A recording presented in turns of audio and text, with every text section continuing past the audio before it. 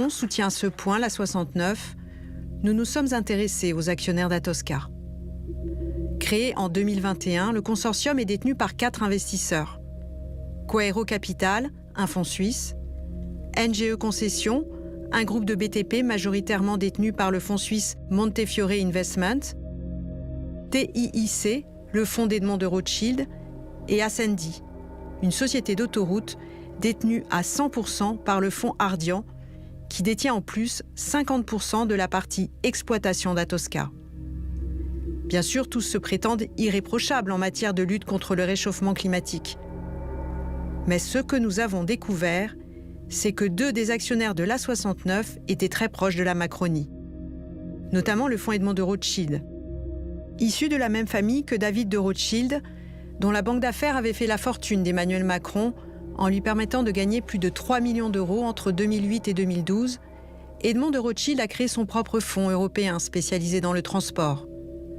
Quant à Ardian, qui est le plus gros fonds d'investissement français avec plus de 150 milliards d'euros d'actifs, il est encore plus lié à Emmanuel Macron.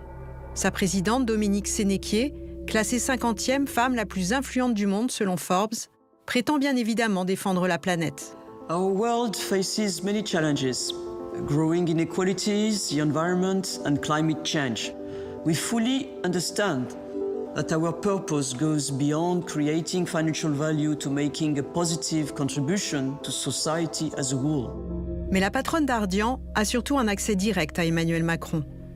En novembre 2020, lors du sommet annuel One Planet Fonds Souverain, elle était reçue en grande pompe à l'Élysée. En janvier 2023, Bruno Le Maire, ministre de l'Économie, inaugurait les bureaux Ardian à Abu Dhabi. À gauche de la photo, François Aïssa Touazy. En février 2017, il avait contribué à organiser un voyage de levée de fonds d'Emmanuel Macron en Algérie. Un troisième dirigeant d'Ardian, Emmanuel Miquel, est encore plus proche du président. En 2017, il était chargé de lever des fonds pour sa campagne présidentielle.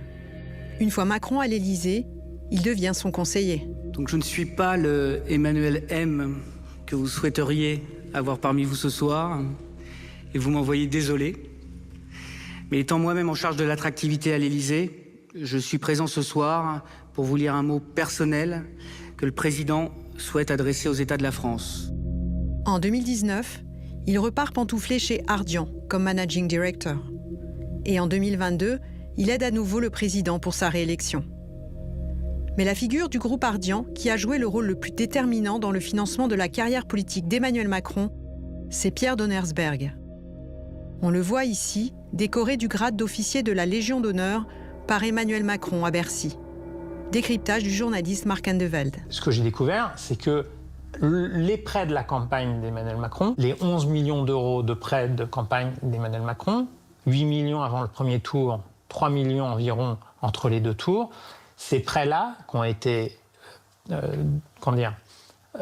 débloqués par 2 banques françaises, ils ont été débloqués par un courtier en assurance, qui s'appelle Pierre Donnersberg, qui est un courtier tout à fait important et respectable de la place de Paris, parce que Emmanuel Macron avait des problèmes d'assurance personnelle.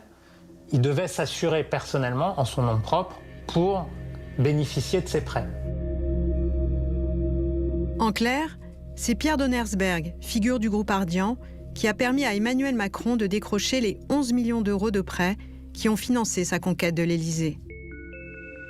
Est-ce pour envoyer l'ascenseur à ses amis d'Ardian que le président a fait croire que l'A69 s'imposait pour une raison impérative d'intérêt public majeur et qu'il met depuis des années ses gendarmes, ses préfets et son gouvernement au service de leur très contesté A69 ? On peut se poser la même question en Guyane. À la rentrée 2023, le chantier de la centrale électrique photovoltaïque du fonds Méridiam a repris sous la protection d'une centaine de gendarmes. Attention, Camé! La forêt amazonienne est devenue un champ de bombes lacrymogènes. J'ai vu des armes de poing létales braquées sur des jeunes.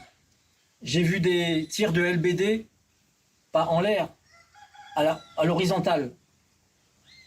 J'ai vu des propos discriminatoires des gendarmes vis-à-vis de ces jeunes Kalinia. Quand tous les jours, des jeunes sont sur le terrain à vouloir défendre leur terre. Ils sont à la recherche d'une justice, ils sont à la recherche de leur futur plus tard. Et ce morceau de forêt fait partie de leur futur. Ce projet qui dévaste la forêt guyanaise est financé à 60% par un certain Thierry Déaut. Aujourd'hui, chaque action d'investissement doit prendre en compte finalement le changement climatique. Son fonds d'investissement est spécialisé dans les énergies renouvelables. The people and the planet.